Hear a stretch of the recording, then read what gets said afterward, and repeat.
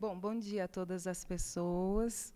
É uma grande honra estar aqui hoje moderando esse painel sobre esse tema de extrema relevância, que é o papel crucial das mulheres no advocacy em questões ambientais e na busca pela justiça climática.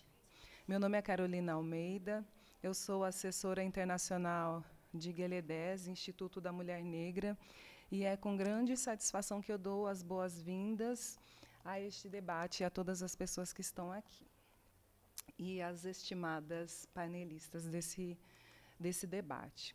Antes de começar, eu gostaria de me apresentar melhor, né? Geledés é uma organização da sociedade civil focada na garantia dos direitos da população afrodescendente, especialmente das mulheres. Eu sou assessora para os temas de imigração e o racismo institucional, com o qual eu trabalhei durante o mestrado e o doutorado.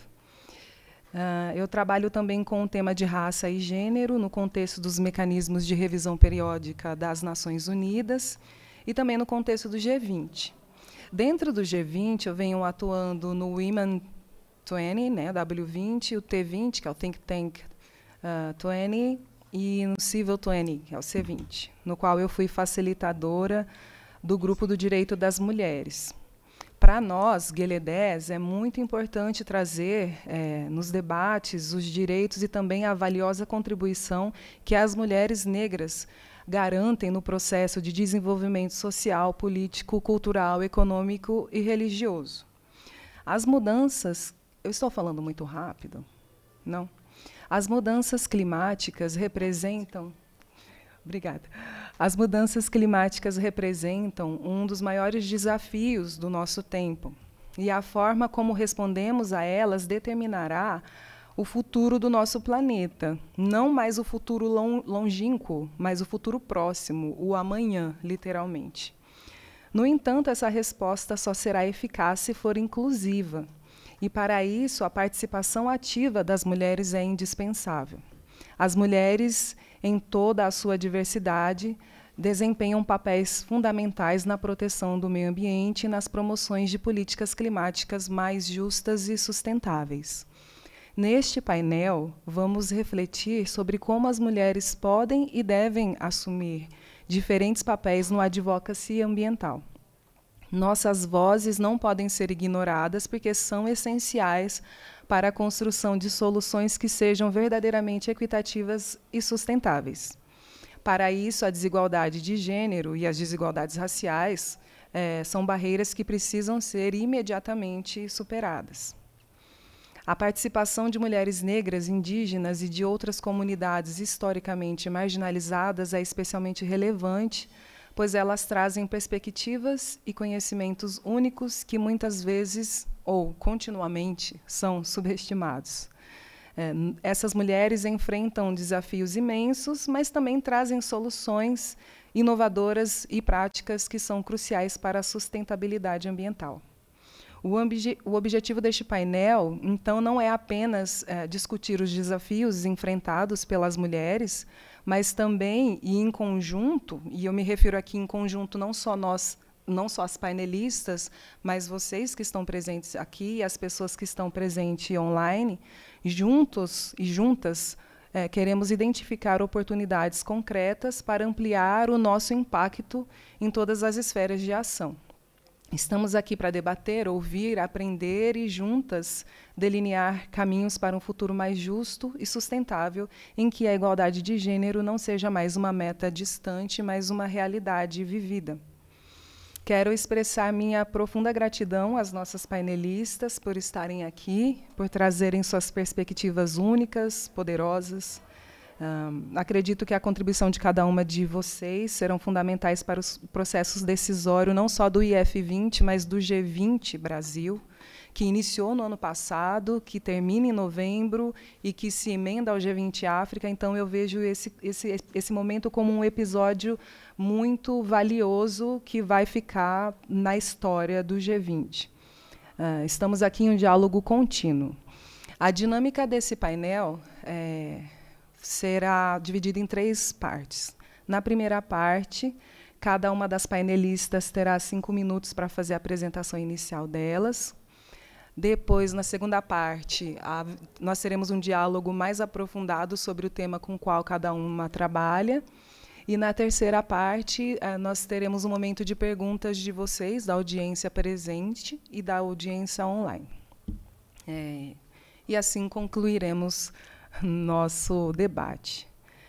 Gostaria de começar agora, então, com a Deepika.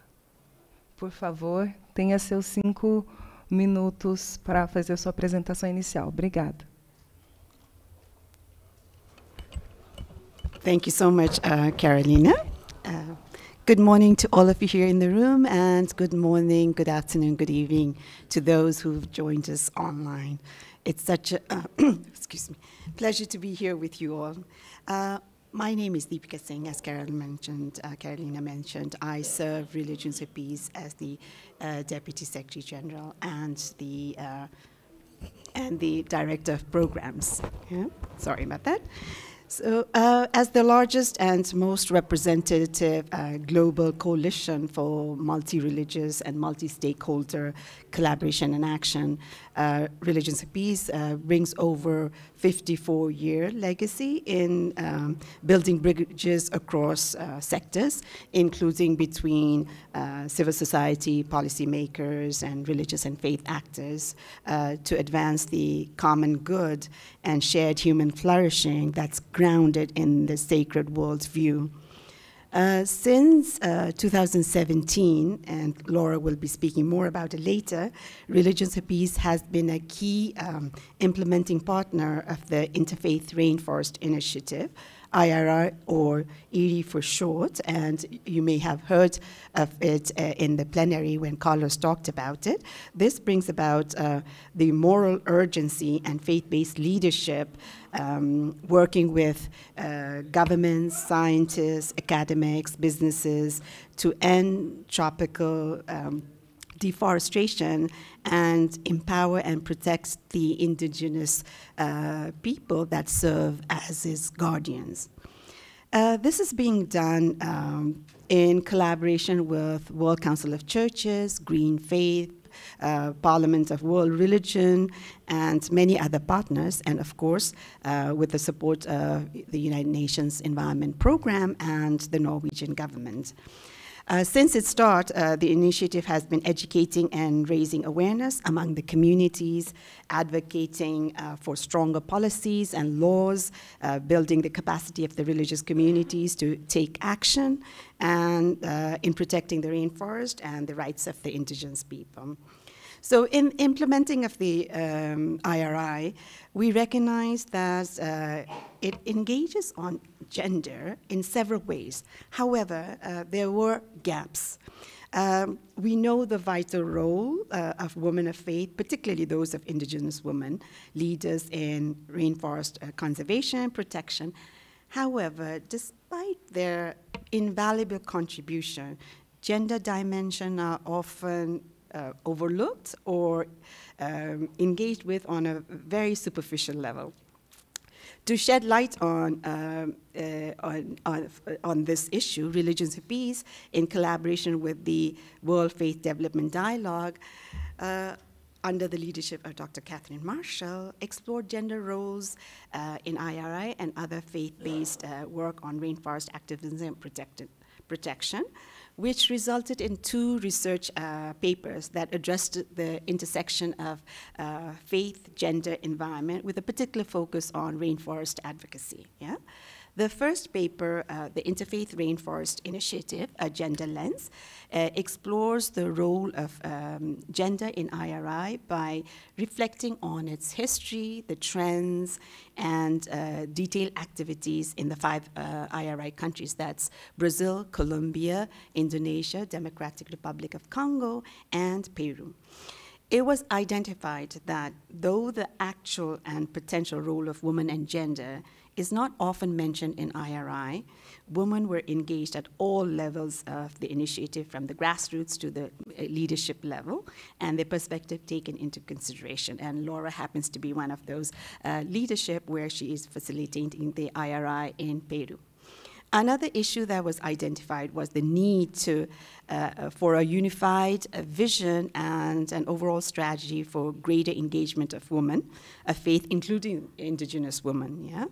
However, it was recommended that while moving towards this direction, it was essential to strike a very delicate balance between promoting gender concerns and on-the-ground realities within religious and indigenous communities that adhere to the normal gender norms. Yeah?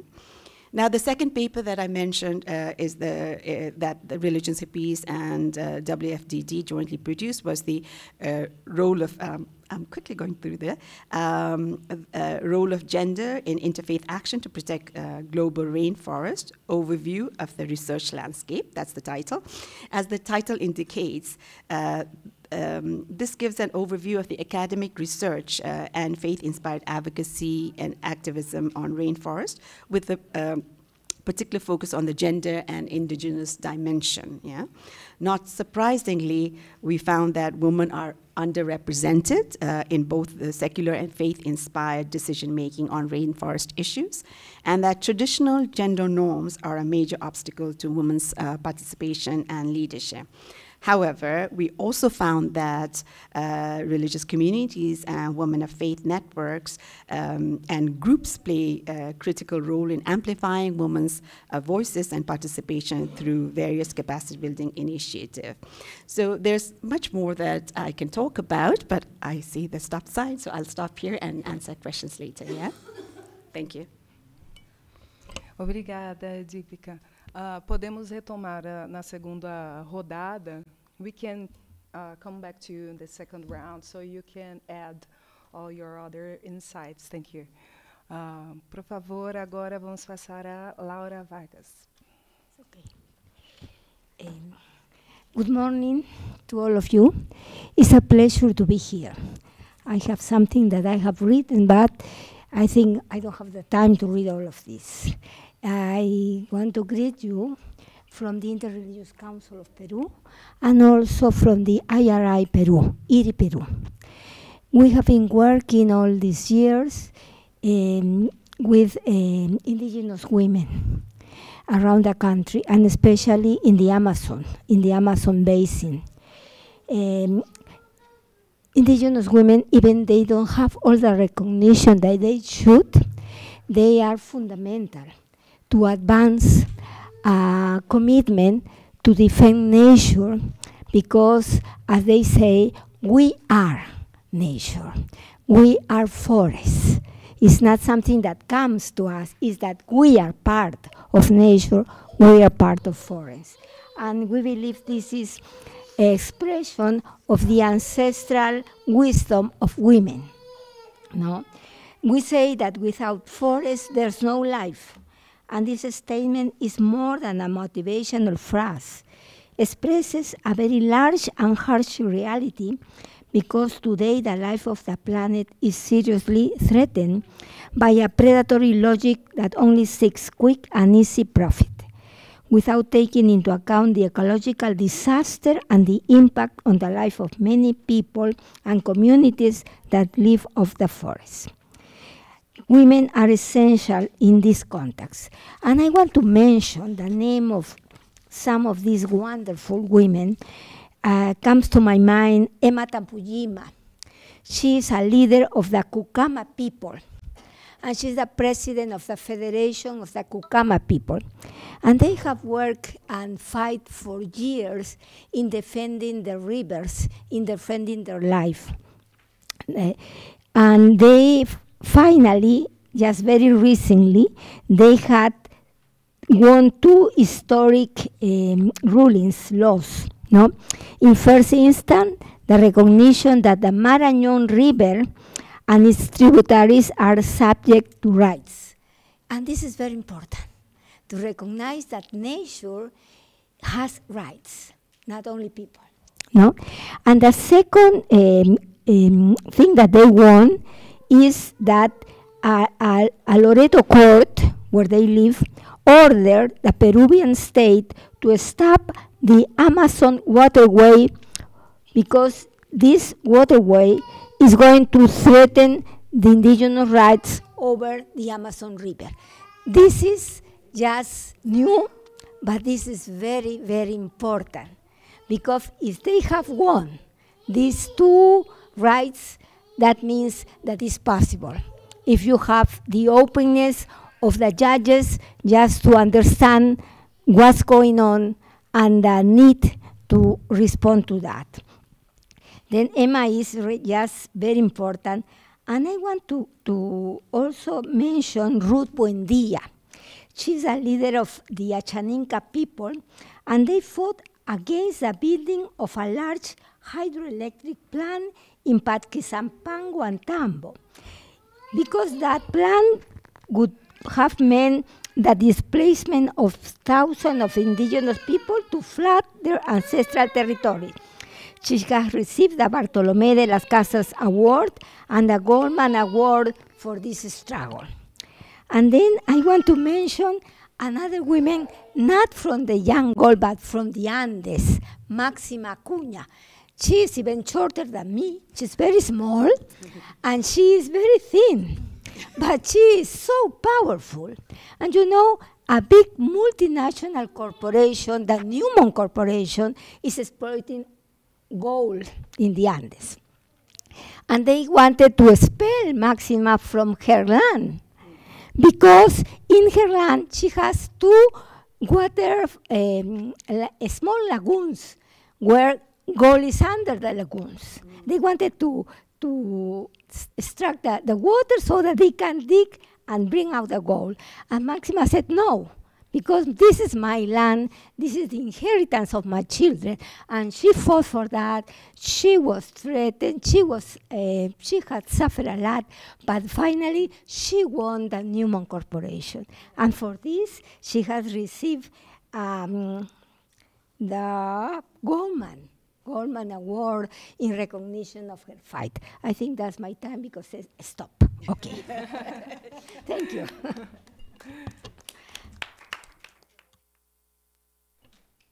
Obrigada, Laura. Bom, eu não vou falar por enquanto, para não tirar o tempo de vocês, mas já estou com várias anotações aqui. Gostaria de passar agora para a venerável Sadhvi, Bhagawati, Saraswati, por favor.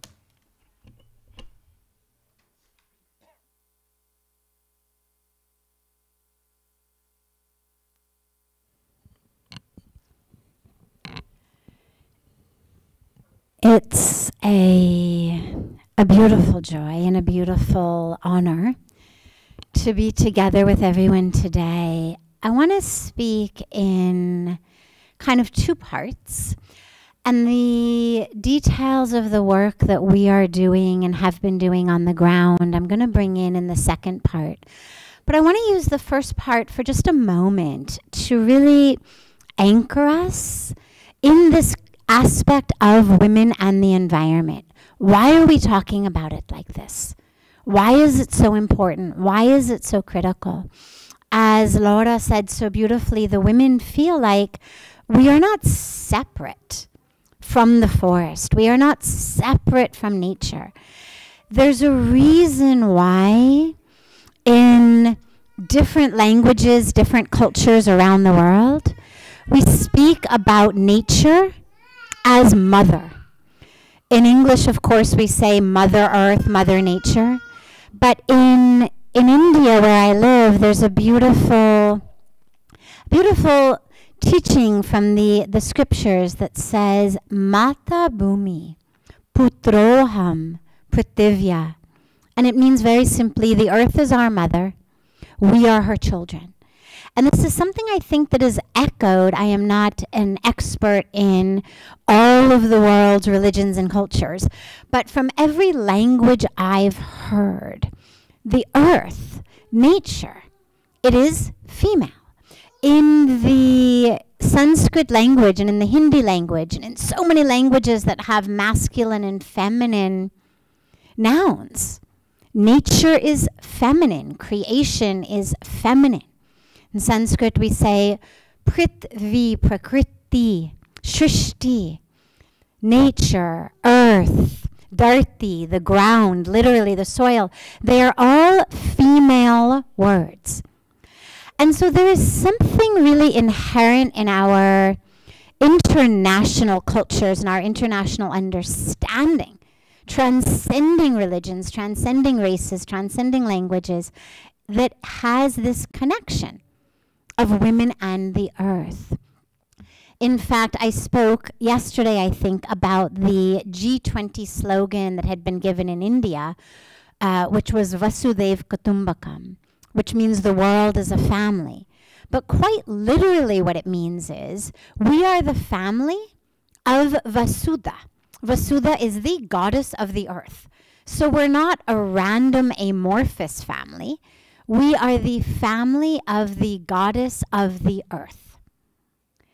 So that relationship is fundamental.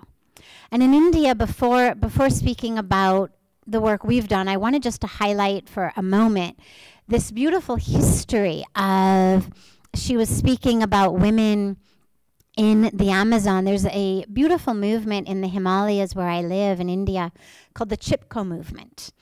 It began in the early 70s. I was not there at the time, but it's such an inspiration to me and to so many women working. It's a movement of women who literally hugged the trees. Chipko means to stick yourself to something. Literally, these women stuck themselves to the trees to prevent them from being cut down.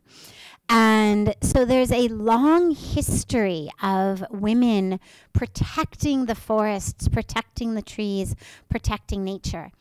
Our Global Interfaith Wash Alliance has been really focused on bringing in women.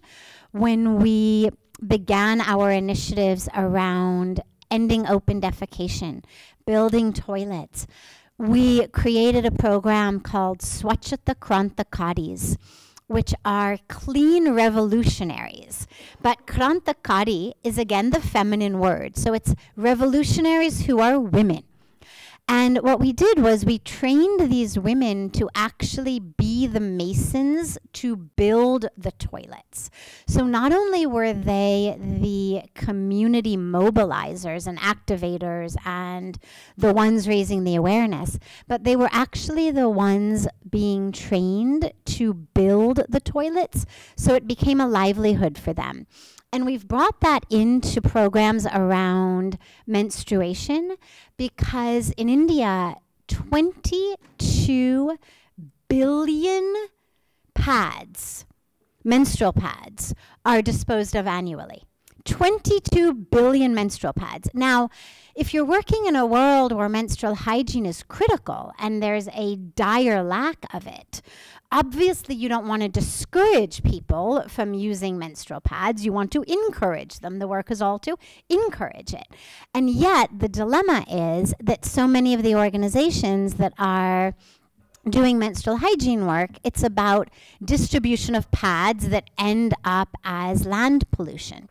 So many of them then come in and start giving out incinerators along with the pads, at which point all you're doing is turning land pollution into air pollution, which is not much of a great solution. And so what we've been doing is working with eco-friendly, reusable cloth pads that the women actually can make themselves. And so again, it becomes not only something where they are changing the behavior not only of themselves but their communities, but it actually is becoming an aspect of livelihood for them. And I see the stop sign. I want just very quickly for 30 seconds to add one other last point, which is that we brought in a lot of women when we were working in stopping a lot of the dams that were being built along the upper Ganga River, because these women are the ones who are going down to the river to collect water every day. And when you walk through the Himalayas or you drive through the Himalayas, you'll see women carrying water literally on their heads from the rivers back to their homes. But these dams were dragging the water out of the river bodies, putting them into these run-of-the-river hydropower programs. theoretically to bring electricity to the villages, when actually the electricity was just feeding the central grid. And it was actually depriving these women of the one resource they did have, which was water. And so in our work to stop those dams, we brought in a lot of the local women communities and were incredibly successful in, by God's grace, being able to stop a lot of those dams in the eco-sensitive region. Muito obrigada. Gostaria de passar a palavra agora para Musimbi Kanyoro, por favor. Thank you very much. It's a privilege to be on this panel. And I want specifically to acknowledge Vargas, whom I've known for so long. You should, yes. Yes, and just commend the resilience that she has carried in the leadership of women. I want, in my 5 minutes, just to frame what I think I get from this. After 3 days on our conference, we have had all of the problems. We have had as many statistics as we can have. So I won't give any of those statistics, but rather say, in my thinking, when I think about what we should do about the solutions of everything we have done, I think of leadership. Mm-hmm. And the frame that we have been using for leadership as we reflect on the SDGs is a collective leadership. And I want to give that definition for collective leadership. We define it as a group of people making meaning together so that they can find direction and coordinate the interdependence actions so that they achieve what no one of them could achieve by themselves. Mm-hmm. I think this speaks very clearly to SDG 17, which is something of what we've been discussing here.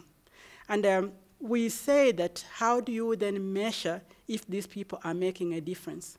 And there are 3 areas that I want to mention that those of us that have been working through collective leadership, SDG 17 came up with.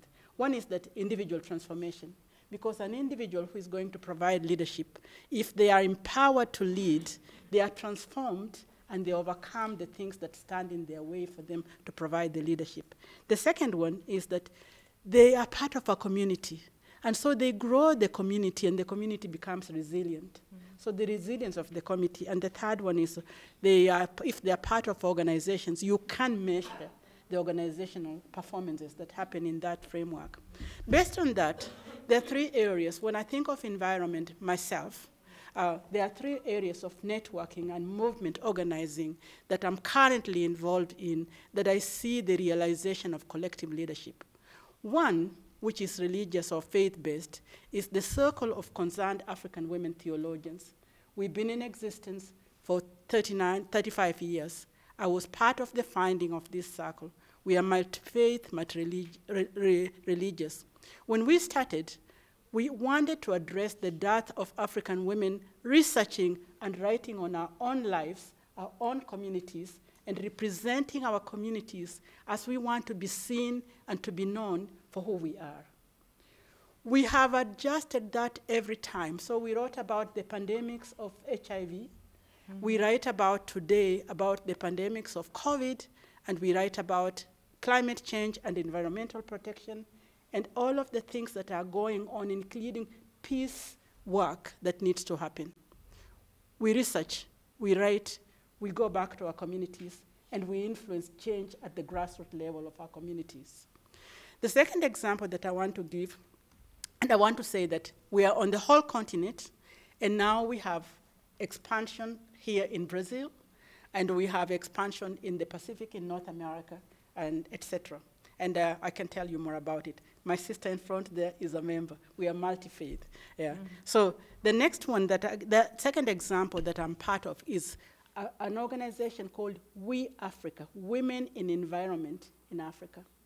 This is, again, a group of organizing women where the first question was, why is it that we talk about environmental protection and climate change? And when we look into leadership, 90% of all the decision makers are men.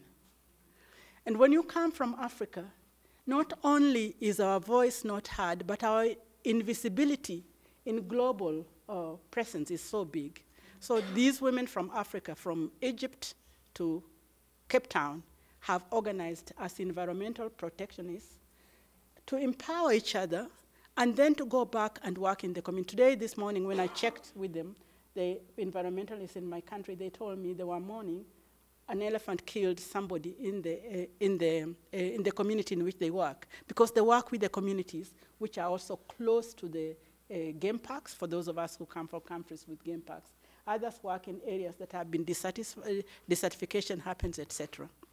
And then the third one, which I want to mention, is working on leadership with very clever women, like scientists, and others who already have a lot of evidence, but very often are not too much into the advocacy section. And the idea there is to work with them to build the capacity for advocacy, because you can do a lot of things, but if you don't advocate for policies and other things that influence much more wider change, you don't quite get there. And so we have a group that sprang out of a bigger group, which now we address specifically women scientists in every area of science. I want to stop there and hope that I can tell you a little bit more of the outcomes of this in relationship to environmental protection and community resilience and women's personal transformation that makes them put their hand up when leadership is present. And I want to say, I was really inspired by listening to a speech given by Michelle Obama, and these women speak that way, like Michelle Obama spoke last night. Thank you. Muito obrigada.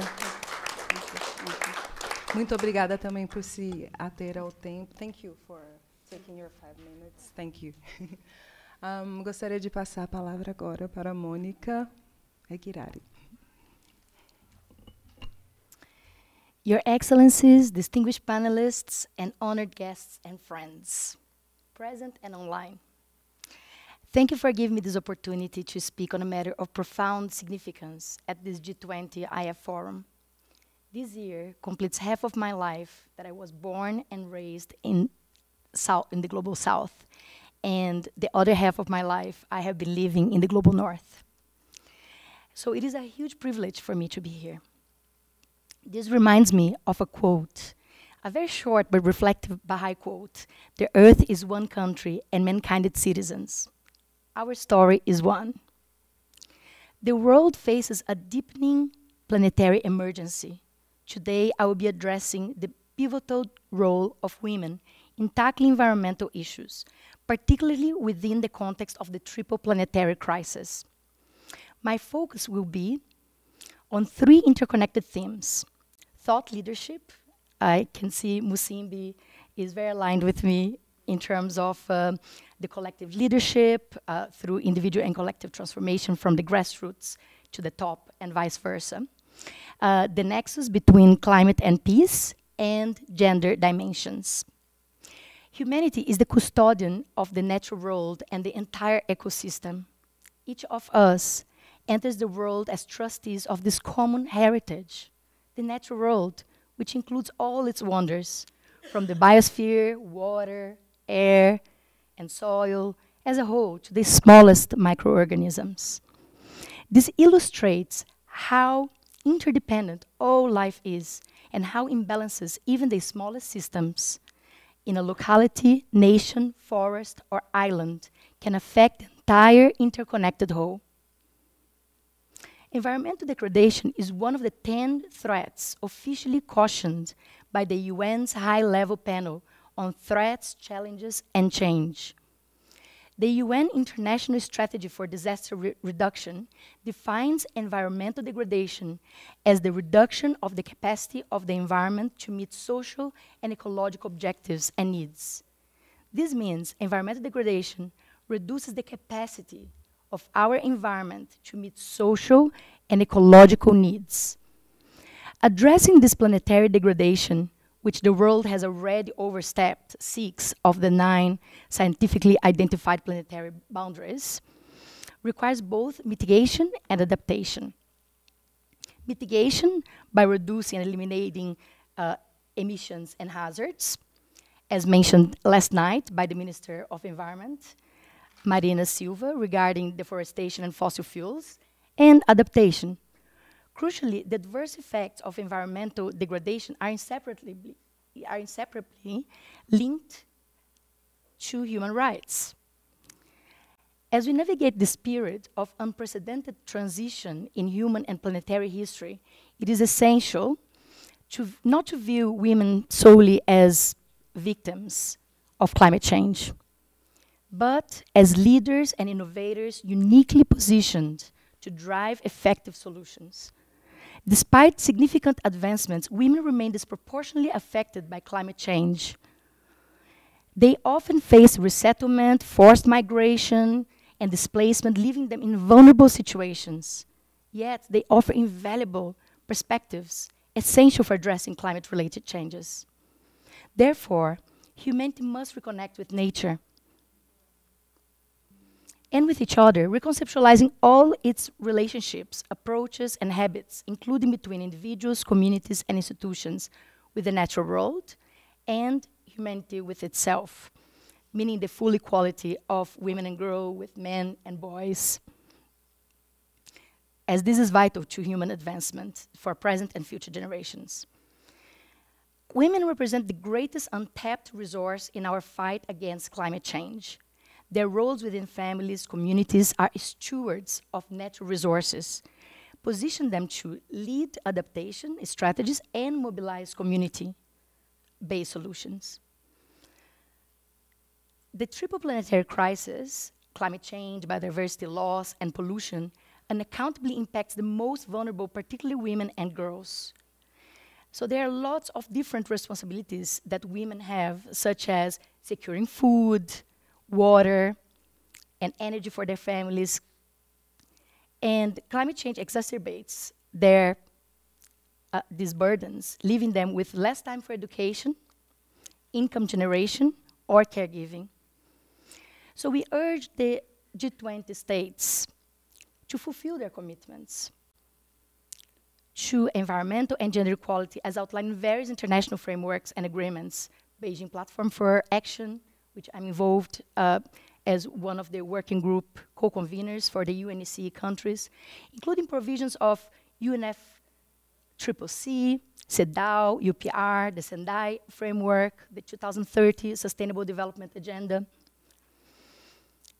Just concluding, in terms of an example from a Baha'i perspective, progress in social and economic development often begins at the grassroots level, where community-driven actions grounded in collective consciousness and will can lead to profound transformation through action, reflection on action, study, and consultation.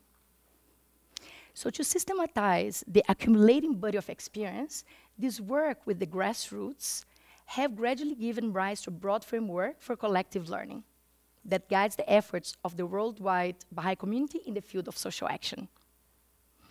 I will, in my second part, continue by framing some of other themes. Thank you.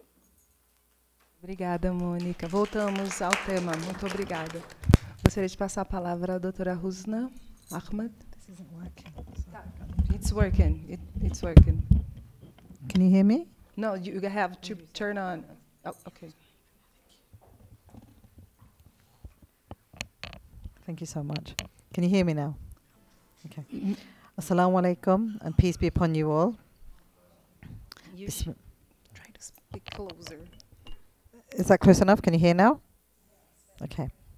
Assalamu alaikum, and peace be upon you all. Bismillahir Rahmanir Rahim.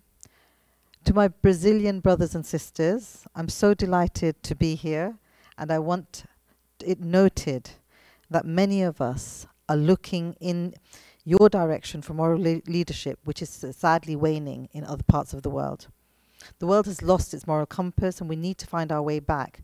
We don't need to look far to be reminded of the injustices which ensued during the Industrial Revolution, the brutal history of colonialism, and the violence inflicted upon colonized populations. The legacies of empire and colonialism are still felt today. I'm from the UK, and the Windrush scandal is a crucial moment to reflect upon and recognize the valuable contribution of Commonwealth citizens, people of the Global South, in building post-war Britain. I want to focus on the important nexus of climate, conflict, and gender. Why faith leaders? Because they have no other choice. Why women? climate change has a woman's face. Why conflict? Because women are the most vulnerable, impacted in conflict zones. The main global issues continue to be based on power and control of resources. For me, these issues are war and conflict, the triple planetary crisis, and poverty and inequality. These issues are intertwined and impact on both our inner and outer peace. They bring out the best and the worst in people and communities. I believe that peace cannot be achieved unless the root causes of conflict and hatred are addressed and dealt with. All of us here want peace, but unless we speak up about the greed and corruption, how are we going to achieve peace? This is where inner peace is so vital. Individuals practicing small deeds of self-control and ethics with moral values will result in a ripple effect. We will then eventually see justice, equality, and equity. We have to be in it for the long game, and the role of women is critical to any discourse on peace building and climate justice. Faith communities create an important space where climate change can be addressed from a moral perspective and received with compassion and empathy. We need to recognize and uplift the importance of diverse religious teachings, spiritual and indigenous traditions which frame and share an ethical and moral imperative to people of faith to protect nature and the environment. Within religious traditions, including Islam, relations between humans and other elements of the natural world are not compartmentalized, but instead conceived of as being tied into a series of continuous spiritual interactions. Our blessed Prophet Muhammad, peace be upon him, reminded us that our lives on this planet are for a finite time, beautifully. Prophet Muhammad said, "I'm in this world like a rider who halts in the shade of a tree for a short time and after taking some rest resumes his journey, leaving the tree behind." Ahmad Tirmidhi. As a Muslim, I believe in the interconnectedness of all who live on our planet and the impact of our actions in the past, the present, and the future. Islam affirms the rights of women to maintain their identities, property, and dignity throughout their lives, and this is critical when one observes behavior towards women in conflict situations. Awareness of faith and cultural sensitivities and accommodating them is rarely recognized as a positive intervention for empowering women. How do we ensure that women have dignity in the face of becoming a climate refugee? According to Dr. Jamal Sagir, climate change is the biggest threat to world security. With the climate crisis, we need to think about the scope and scale of human migration due to climate change and how it will test the limits of national and global governance as well as international cooperation. The UN estimates that 80% of those displaced by the effects of climate change are women, emphasizing the critical importance of amplifying their voices and acknowledging their contributions in combating climate change. UN Women estimates that by 2050, climate change will cause a further 158 million women and girls to fall into poverty, 236 million more women into hunger. UN Women suggests that women's representation in Parliament is associated with stronger environmental policies, but globally women only hold around 1/4 of seats, despite the fact that women have been at the forefront of environmental activism for decades. Women make up only 15% of the environment ministers at the national level. I was so pleased to meet and hear from the Brazilian environment minister yesterday, and she's truly amazing. If we are to see peace and security on this planet, we need clear, decisive, and compassionate leadership at all levels of society, local, national, and international. This leadership must also recognize the invaluable diversity of ecosystems and shift focus away from the Anthropocene. Faith leaders have the trust and respect of their communities and can influence good habits and educate communities on climate literacy. I'll stop there.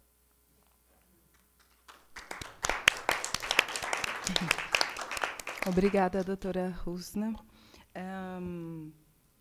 Eu estou repensando aqui pelo nosso tempo, como nós vamos até às 13 horas, ao invés de termos uma última rodada de encerramento, eu gostaria de passar para uma segunda rodada com as perguntas específicas para cada uma das painelistas, né?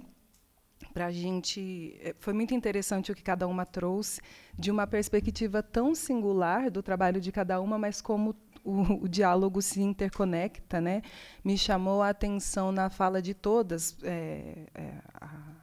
a importância do empoderamento, que dentro da própria vivência confessional, como é possível alcançar o empoderamento necessário para atuar para fazer advocacy, e como nós mulheres, e eu falo a partir da experiência como mulher negra no Brasil, como nós mulheres enfrentamos múltiplas barreiras discriminatórias que nos impedem de ter uma voz relevante dentro desse contexto, mas como a nossa voz, ao mesmo tempo, é imprescindível porque nós trazemos perspectivas que enriquecem, a partir do nosso próprio contexto, com nova visão de mundo, com nova ciência, com novo conhecimento, como a senhora trouxe, por exemplo. E eu fiquei pensando também sobre como é difícil a gente falar sobre conhecimento técnico e ciência vivendo em um mundo ainda muito eurocentrado quando se fala em tecnologia.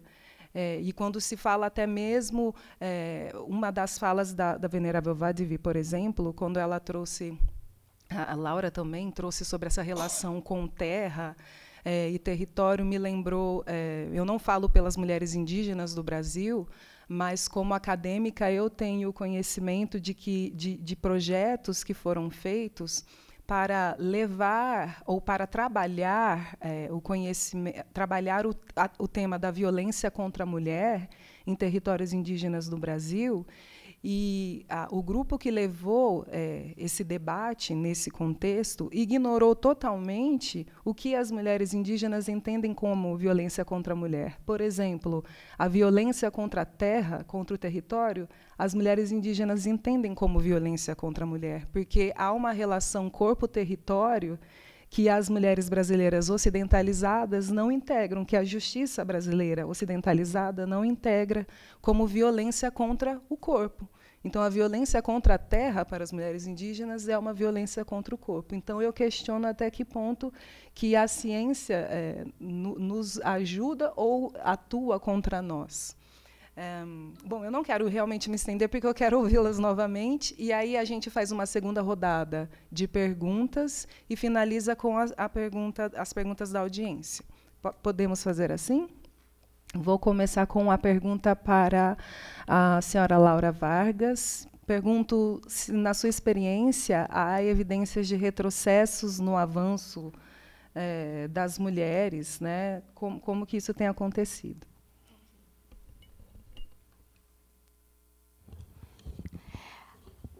I really believe that our society, until now, is a society that is, how you say, managed by men, no? And that's the reason why we talk about el machismo, no? Because it's a society where the power of men impose over many things. The sad part of, there are many sad things in that, but one of the saddest things is that some women think exactly of the men. Mm-hmm. And instead of working for empowerment, their companions, giving the women more power, giving the women more recognition, they work against the recognition of women. And one of the latest example that we have, in the last 20 years, Peru created a ministry of women. That was very important to have a women and a ministry that was going to work for the rights of women, no? And we all were very happy. But recently, very recently, like 15 days ago, they have decided that it's not necessary to have a ministry of women, that they want to have a ministry of social inclusion, where women are going to be there. No? And they join, they mix, they unite these two ministries, the Ministry of Social Inclusion and the Ministry of Women, but with the name of Ministry of Social Inclusion. I think that's a very powerful expression on what's going on in some sectors of society. Because the ones that were leading that were women of very conservative evangelical groups, that they don't accept that women are empowered, because they believe that women have to be, as Paul says in his letters, behind men. And you have to cover your head, no? And that's the idea. Women can be first. They have to be behind men, no? And we have a very nice and really good ministry, a very good friend of us. She belonged to the one of the large evangelical groups, and she was really a good friend of us. And then she was put out of her church. And then the next day, they named another woman that was never in her life committed to protecting women. And even she united to the Ministry of Environment that was defending that the rape of indigenous girls was part of the culture of indigenous people. It's not true. But they defend that. No, that was really sad.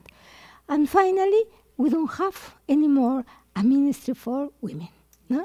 Then we have to start all over again. Because we're not going to stop. Because it's very important to have a ministry that really recognizes our rights and all this fight, because this fight is very long.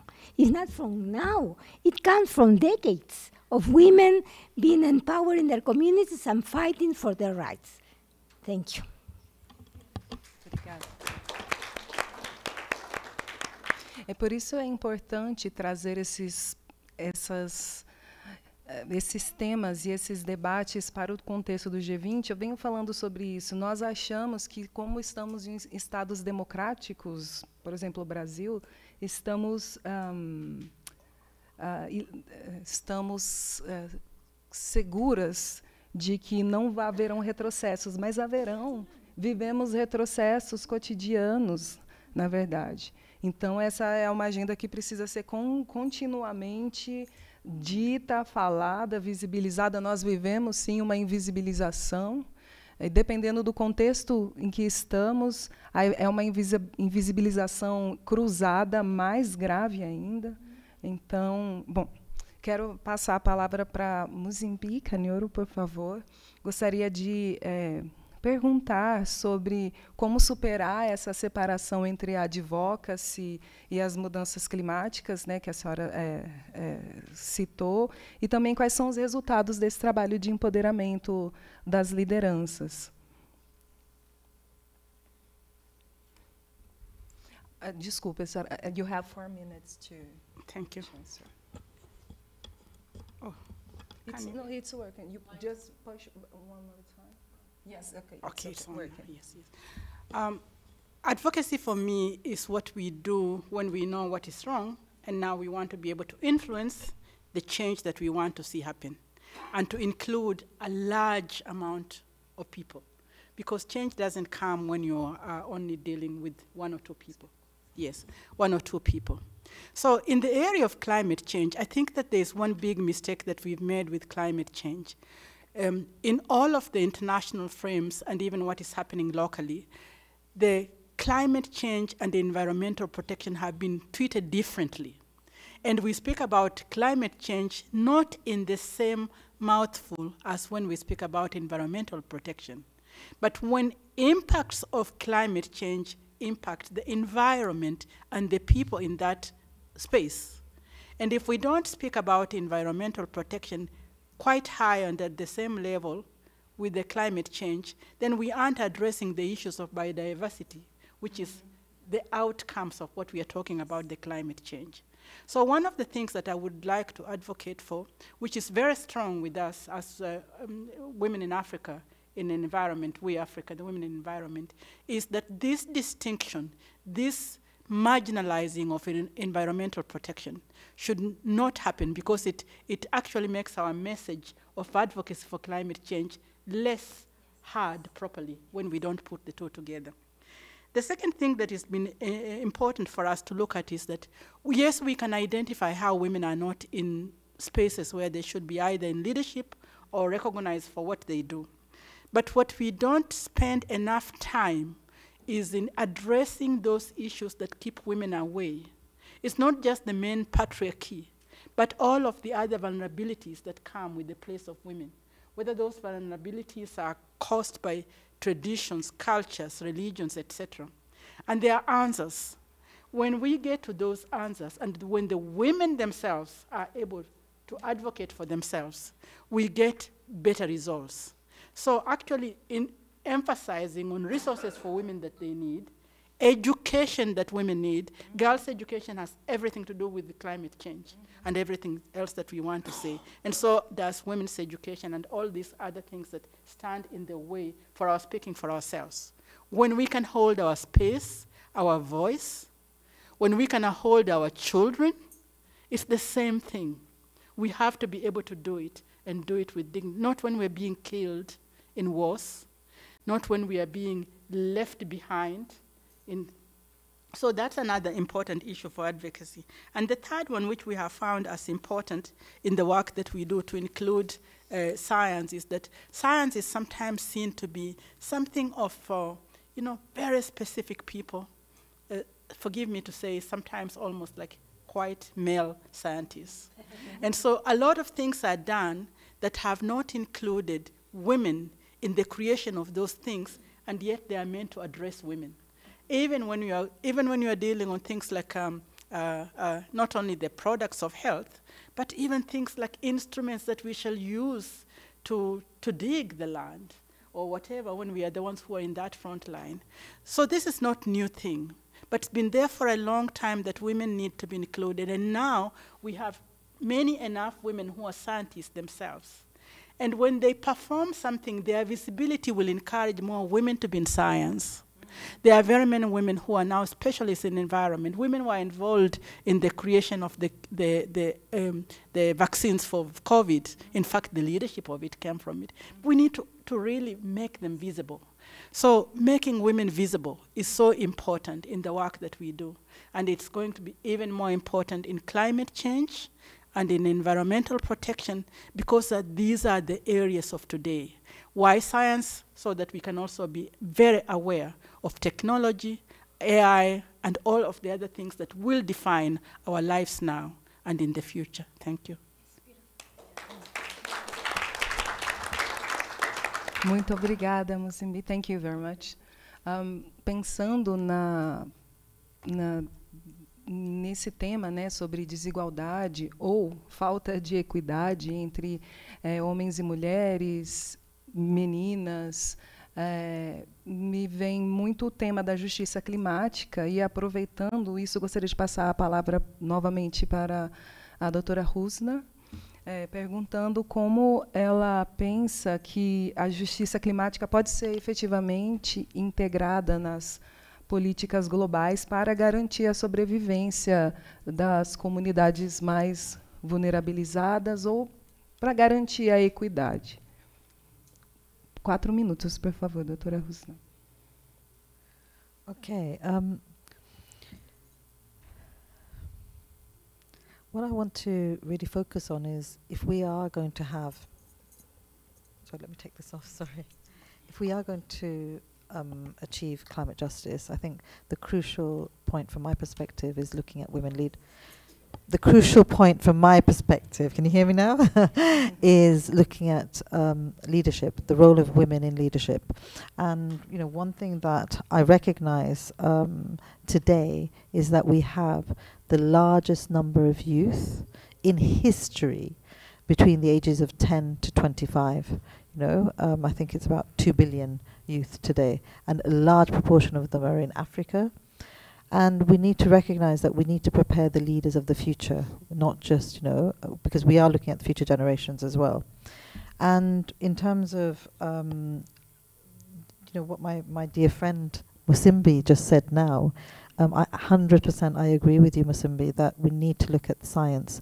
And I'm a professor at UCL, University College London, in computer science. And I'm also the co-chair of the IXN for Good, which is Industry Exchange Network for Good. So it's about bringing academia, industry, and projects. So it could be humanitarian projects. It could be projects that any of you here are doing.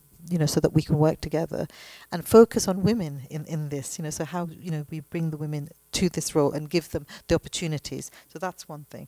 The other thing I think I wanted to also mention is I'm also an associate professor at Birmingham University, and we're really pushing on this Masters in Public Administration on faith-based leadership.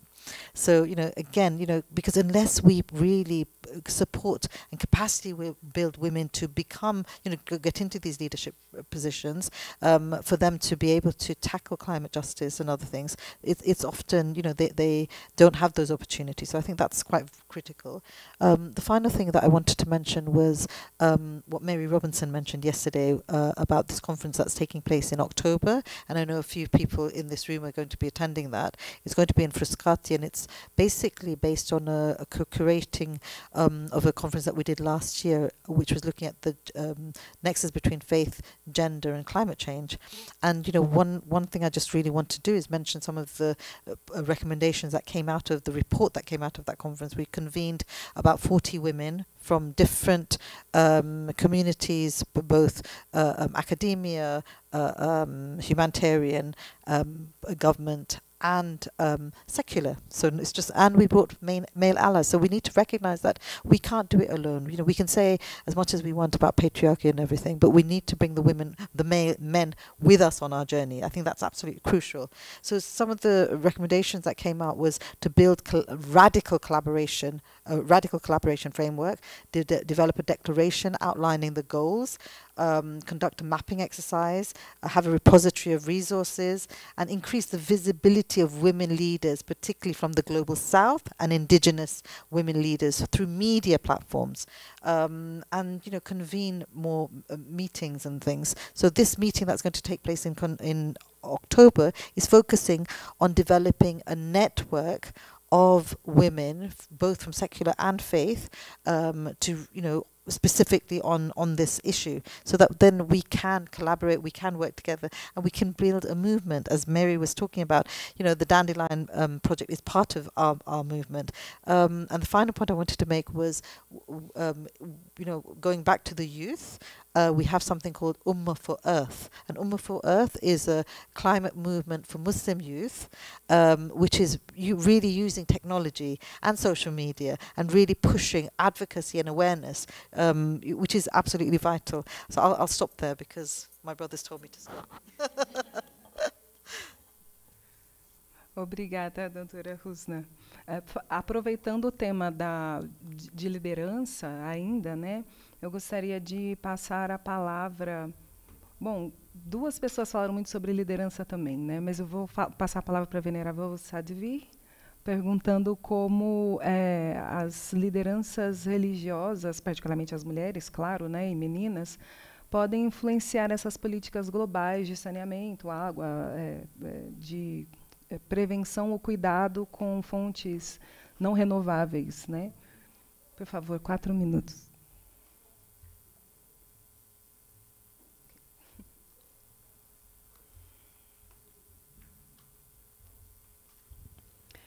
Wonderful. Yes, thank you for that opportunity and a very insightful question. I think the role of women in religious leadership is critical for so many reasons. One, of course, being, as you've asked, to advocate in policy for changes, but that is not the only reason, but I'll address that first. I think women as mothers, whether we have actually given birth to children from our wombs or not, there is a fierceness, a mama bear aspect of women in general, that when our homes and our children, again, whether they are children of our womb or children of the planet, are threatened, where we may seem very polite and dignified and nice otherwise, that real mama bear instinct emerges of, I'm going to do whatever is needed to protect my home, to protect my children. And having women in leadership, religious leadership, I think, is so uniquely important because whether we look at the statistic of 84% that gets thrown around in terms of numbers of people around the world who subscribe to a faith, or whether we look at numbers in a place like India where I live, and I imagine Brazil is similar, that's much closer to about 99% of people who are not only subscribe to a faith, but whose faith really dictates the choices and decisions they make. There is a huge power of helping political leaders understand the importance of the decision they are making. And there is, I think, a power and a fierceness and a courage that emerges from women leaders when we are talking about protecting the home and protecting our children. So that is critical. I have seen it. I've seen it in my own life. The beautiful blessing that I have had, the opportunity I have had to be on innumerable stages with high-level political leaders talking about issues of the environment, issues of gender equality, issues of education, issues of human rights, whether it's the right to clean air, the right to clean water, the right to clean food, or the right to healthcare or education. Whatever it is, that opportunity is very, very important. In my own life, it's been a blessing, but to the extent that each of us individually or collectively have the ability to increase that, I think the relationship between the number of women religious figures whose voices we're hearing, whose faces we are seeing, and the protection and preservation of this Mother Earth, those are going to be numbers and statistics and rates that go together. They will go in parallel. I wanted just to end quickly by speaking to something that to me feels really important as we're talking about this, which is the importance of women supporting women. As we are looking at women's leadership, it's not only the traditional patriarchy that is preventing that. In far too many cases, and it's a really uncomfortable topic to discuss, but I couldn't be honest in my remarks without raising it. Far too many places, it is women bringing down women. It is women imposing traditional values upon other women. And whether it's issues of menstruation and what you can and can't do and when you're going to learn about it and what it means, whether it's issues of child marriage, whether it's issues of women's ability to be in power, whatever it is, far too frequently it's women bringing down women. And as women leaders, until we come together to really fully, not just on the surface level, but also behind each other's backs, support each other, raise each other, highlight each other, none of this is going to work.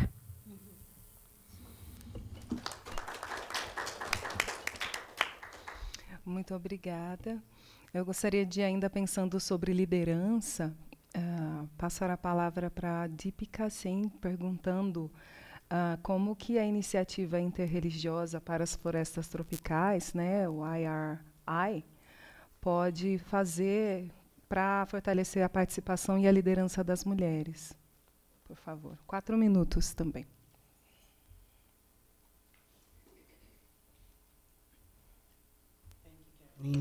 So the research I was referring to earlier sort of came up with 5 areas, very practical steps that could be taken to strengthen the participation of women and their leadership. And this does not apply just to IRI, but it could be applied to other initiatives and organization. One was to boost up and enhance, partnership, engagement with other existing women's organizations, right? So within Religions of Peace, we are present in over 100 countries through our interreligious councils. So within the interreligious council, we we have women of faith present. However, within the Interreligious Council, it's not like outside of it, but within the council itself, but separate women of faith networks that consist of women of faith representative from other religious institutions and units that are there. So having that women of faith network ensures there are connection and linkages, so that strengthens, right, the engagement. The other one is sort of expanding, community-based approaches that truly values the contributions of women. So we need to really be doing that. And the third is to, and this has been brought up by many of the panelists, is to elevate women within the initiative and organization. Sadhvi mentioned it, Husna mentioned it. We really need to do that, whether it's by education, it's by supporting each other, whatever, but we need to elevate them. The other is to use the platform, whether it's global, regional, national, or local platforms that are there. IRI has this wonderful global platform as well as national platform. Through those platforms, to share the women's stories, to highlight their achievements, to amplify their voices. That's so critical. Because women are doing wonderful work, but how many of us do hear that? It's very rare that we do. First of all, it has also to do with the nature. Women do not want to boast or blow their own trumpet. There's two minuses. First, because of women do not want to boast. The other, religious communities. Religious communities, those who are very religious, they do not like to talk about themselves. Achievement and successes are not achievement and successes, they're duties and responsibility. That's a normal day work. So we need to sort of somehow change that mindset, because we do need to talk about them, yeah? Then the last but not the least is where situation is sensitive, instead of having a separate gender objective, one could look into seeing that you integrate and embed gender dimension within the objective framework. I think that's very, very important, not to leave it completely out, but within it, you have that gender dimension. So those are the key areas that we should take into consideration and try to apply to ensure that women participation, engagement, and leadership is strengthened. Muito obrigada. Bom, eu vou tecer meus comentários no final. Eu gostaria de aproveitar, inclusive, Mônica, passar a palavra para você, porque eu fiquei pensando muito sobre a sua área de expertise e pensando, quando a gente fala nos custos, né, como isso está associado à agenda do G20. Então, queria encerrar essa participação das panelistas te perguntando qual o custo, a que fim e a que custo a humanidade permite que as mudanças climáticas prejudiquem tanto a vida dos organismos vivos quanto da biodiversidade, tanto no sul global quanto no norte global. Como que isso, eu penso que é muito importante pensar nesse sentido quando a gente está falando dentro do G20 e como isso afeta diretamente o desenvolvimento socioeconômico que se busca, né, que é a cúpula objetiva.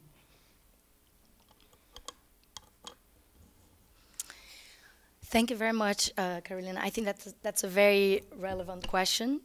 I think that perhaps if we first think about the methodology that we're using, if we all come together and create a conceptual framework, a common conceptual framework, and then later on, after study, consultation, action, and reflection on the action, we come together and we think, who learns through this methodology?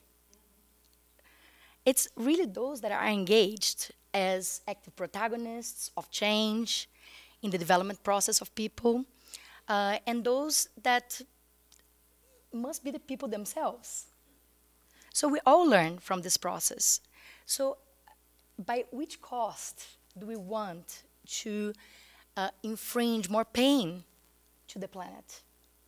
If it is not for our own benefit, we're not, there is so much learning from the accumulated experiences that we have, new knowledge that can be created with our interactions, and very importantly, the importance of integrating science and spirituality. Because as any subject is treated in silos since the 1800s, maths, geography, history, if we continue treating silos, spirituality, and the material world, which is also very important, we won't have advancement. And climate change will not advance as well without the advancement of women.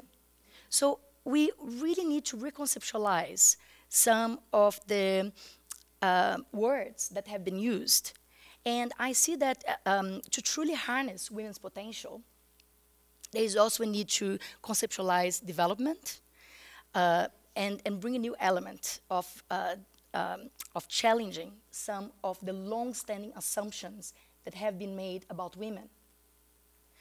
And also transform these long-term assumptions into, now after being transformed, into laws, policies, social norms that hinder progress. The main problem is when these assumptions are over and over being used and creating an overarching framework that has lack of adequate monitoring or institutional mechanisms for implementation, because they keep being used. And that's actually how technology is being based with all these biases. So I really see the importance of placing and ensuring that sustainable patterns of life bring new attitudes prior to this methodology being agreed together with participatory process. That involves all. And how can this be done? That's something that we need to think together. There is a requirement for us to think together. So through learning, through action, reflection, consultation, and study. And I will finalize by adding the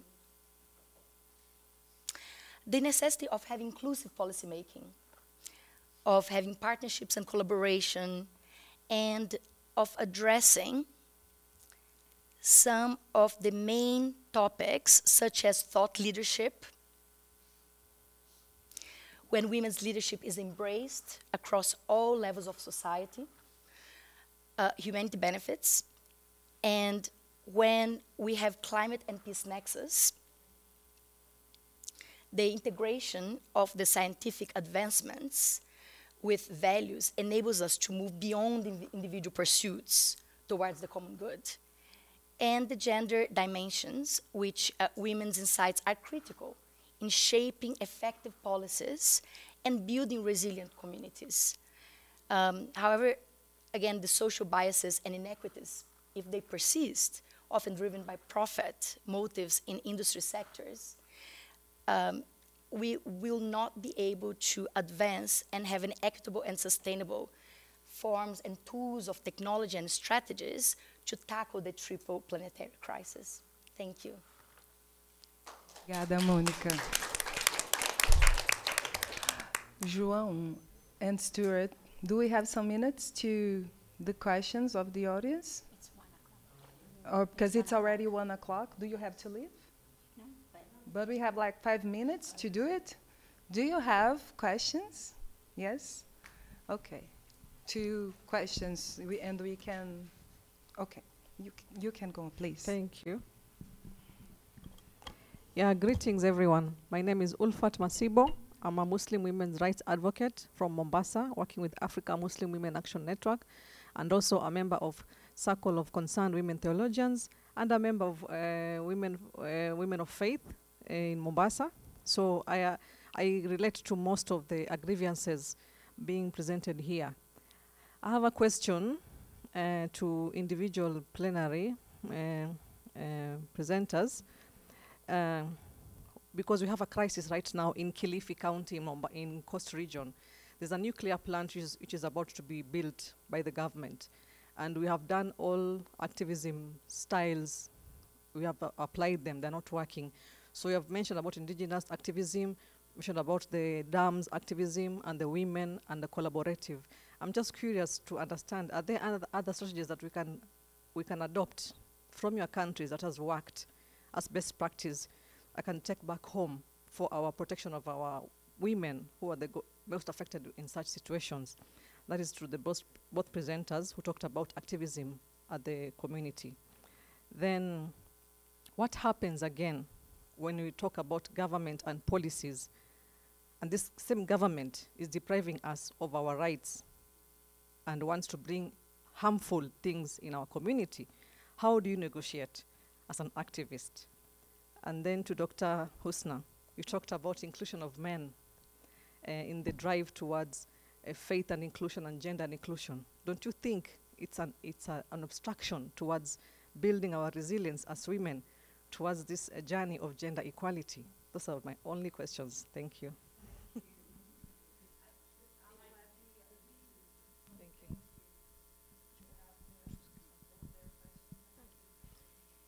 Olá, meu nome é Juliane, eu sou do Brasil, de Curitiba. Eu tomei o cuidado de olhar a biografia de vocês e eu quero dizer que vocês estão de parabéns, já virei fã de todas. É muito, muito bonito, né, o trabalho que vocês fazem. Talvez eu seja uma mãe cansada. E eu só queria saber, e talvez a pergunta seja muito simples, mas como eu consigo equilibrar a maternidade, a carreira, o ativismo, meu trabalho, né, no caso religioso, né? No meu caso, particularmente, eu sou sua mãe, não trabalho fora e tenho trabalho na minha comunidade religiosa, né, cuidando hoje de 23 meninas, entre 11 e 18 anos. Mas, às vezes, é muito pesado. Então, eu gostaria de saber da experiência de vocês, como a gente consegue fazer. Talvez não fazer tudo de uma vez só, talvez descansar um pouco, como assim? Muito obrigada. Obrigada. I think that we are ahead on time, so you all feel free to answer, but quick answers, please. Can we start from this side? 1 to 2 minutes, and then we can finalize our discussion, okay? To your answer, I don't think I'm the right person, but women are generally not the right person to answer because we somehow don't seem to have the right balance, and we do need to learn. One of the things I always say with my colleagues and friends and all, especially when women are together, we say, remind each other, you know, we're not, invincible. We're not superwoman. We cannot do everything. There's only 24 hours in a day, you know, so we need to sort of be very balanced. So that's one. With activism, I'll let Sadhvi and Laura answer, but one of the things that with the activism I always sort of go to the old ones of the HIV activism, you know, the campaigns that they started and how successful they were. That's always an example I take to look at all the other things, and particularly when it comes to nuclear, you might want to think about reaching out to ICANN and sort of being able to work with them, and that would be very helpful. As you know, ICANN received the 2017 Nobel Peace Prize, yeah, and the Interreligious Council, ACRL, is in the steering committee of ICANN. Religions of Peace is part of ICANN as well, you know, so that might be, yeah.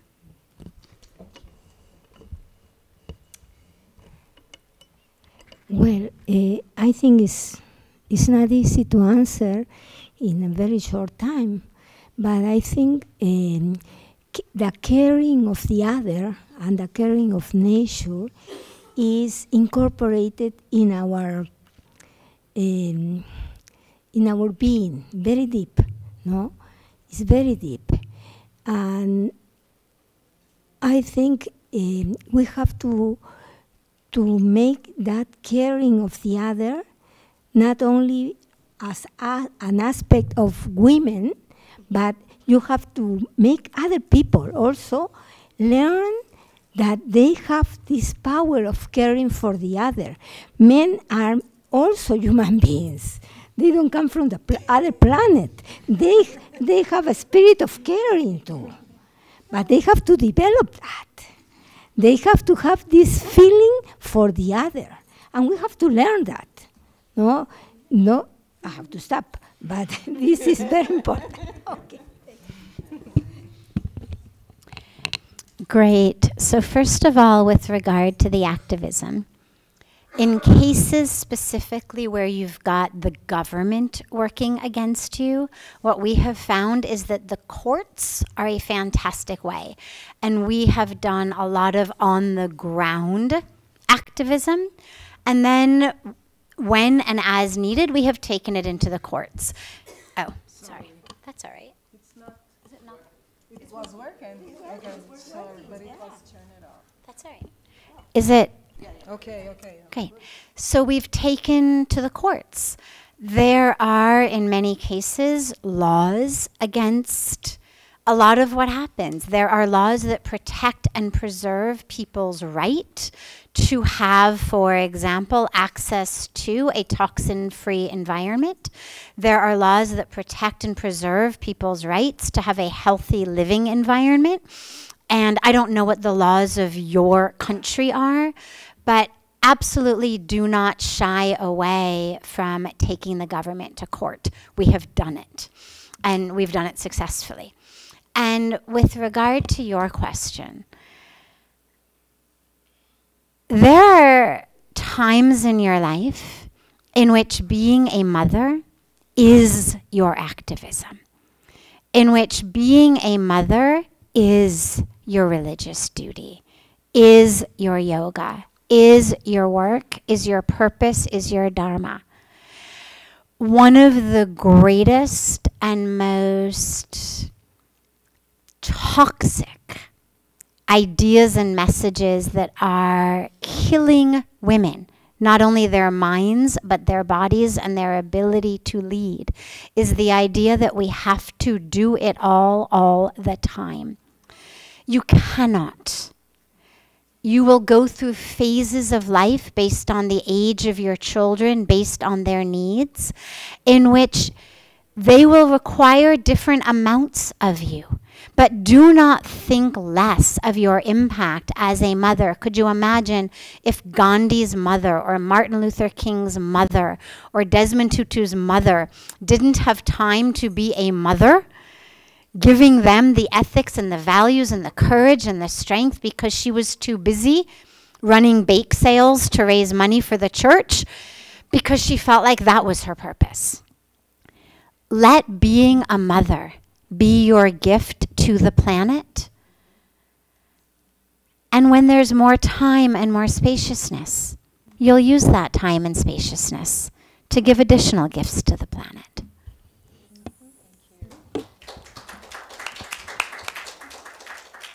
Thank you. A quick interaction. In regards to activism, I think the other thing is connecting with people who are doing that kind of activism. Like we need to find out who are the people who have dealt with the question of nuclear investments as well, and connect with them as well. In regards to the balance in life, I think this is where my conversation with a sister who said women do oppose women can differ. Because women don't have to agree on everything, and they don't have to support each other on everything. When we grow up, we learn to see where we support some things and where we don't support some things. And I think every individual woman will know at the spaces of their life how they can balance what they have and keep healthy. But we also need to know that if we want to advocate for inclusiveness and togetherness, we need to begin it from our families also. We need to be able to share with those lovely men that we love and whose children we both share, to see how we can raise those children, what kind of help we can get, etc. I've been a happy wife for nearly 45 years, and I'm a grandmother now. And I have enjoyed being a wife, being a professor, being an activist, being a feminist. And I enjoy because I feel like there's nothing I'm called to do alone. I have always to do it with the others. And at work, when I have been a CEO, I knew when I should share things differently and not put things to myself. And even in leadership of the other organization, it's that sharing that you get some things off your plate and others do it, whether it's in the home or in the public place. Thank you. Yeah.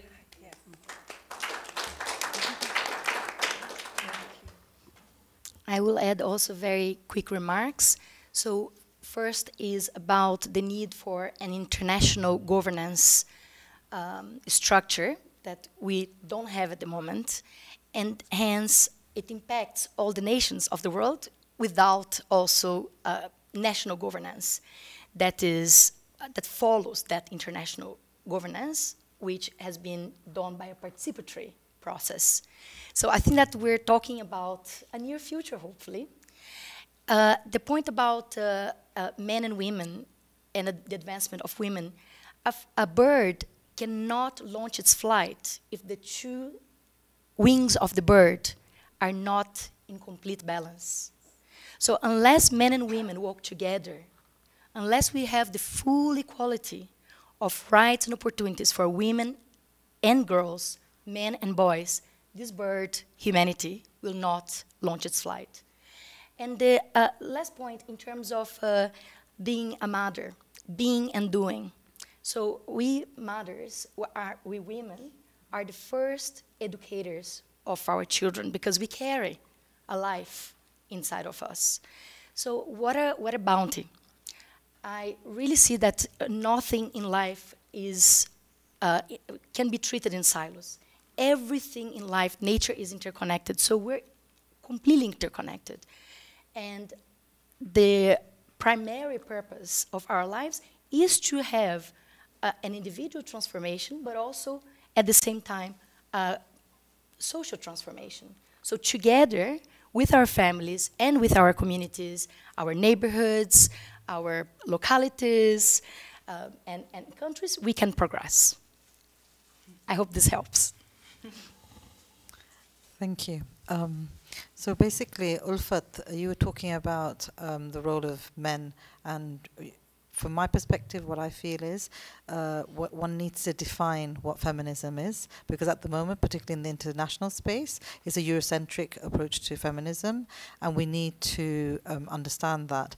I agree, I mean, on this panel of esteemed women, a lot of what they're saying is what I also believe, because I think, you know, if we don't have a community approach to tackling climate change, a whole of community approach where the men are equal partners with us on our journey, we're not going to be able to tackle, you know, because we need the governments, we need the academics, we need the scientists, we need, you know, men and women and families coming together. So that's the first point. With regard to yourself, sister, I have 6 children and I have 6 grandchildren. And from a Muslim perspective, the word mizan comes to mind. Mizan means balance.